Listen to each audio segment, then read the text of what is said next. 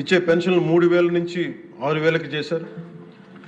మంచం నుంచి లేవలేని దివ్యాంగులకి 6,000 నుంచి 15,000 అందిస్తున్నారు.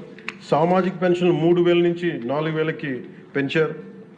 రాష్ట్ర వ్యాప్తంగా 63.25 లక్షల మందికి ఈ పెన్షన్ల ద్వారా 2,738 కోట్ల రూపాయలు అందజేస్తున్నారు.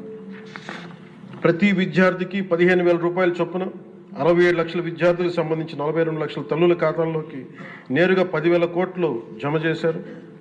మెగా డిఎస్సి ద్వారా 16,000 ఉపాధ్యాయ పోస్టులు భర్తీ చేయటం, మెగా పేరెంట్స్ టీచర్స్ మీటింగ్స్ పెట్టడం, విద్యార్థుల మధ్యాహ్న భోజన పథకానికి అపరాన్నపూర్ణ మహాతల్లి డొక్కా సీతమ్మ గారి పేరు పెట్టేందుకు గౌరవ మంత్రివర్యులు శ్రీ నారా లోకేష్ గారికి నా అభినందనలు, ధన్యవాదాలు తెలియజేస్తాను. మనకి అన్నం పెట్టే రైతాంగం కష్టాలు, కౌలు రైతుల కన్నీటి కథలు, అప్పులు, మరణాలు విన్నప్పుడల్లా ఆధునిక మహాభారతంలోని పంక్తులు జ్ఞప్తికి వస్తాయి.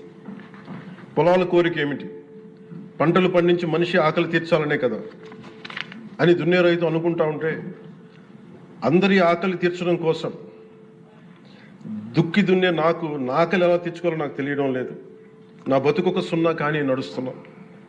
చెట్టుగా ఉంటే ఏడాదికి ఒక వసంతమన్నా దక్కేది, కానీ మనిషిని అన్ని వసంతాలు కోల్పోయానని రైతు బాధపడతా ఉంటే, అలాంటి అన్నం పెట్టే రైతాంగాన్ని గత ప్రభుత్వం రైతుల నుంచి కొనుగోలు చేసిన ధాన్యానికి 1,674 కోట్లు చెల్లించకపోతే గౌరవ ముఖ్యమంత్రి శ్రీ నారా చంద్రబాబు నాయుడు గారి నాయకత్వంలోని ఈ ఎన్డీఏ కూటమి ప్రభుత్వం వచ్చిన వెంటనే 1,674 కోట్ల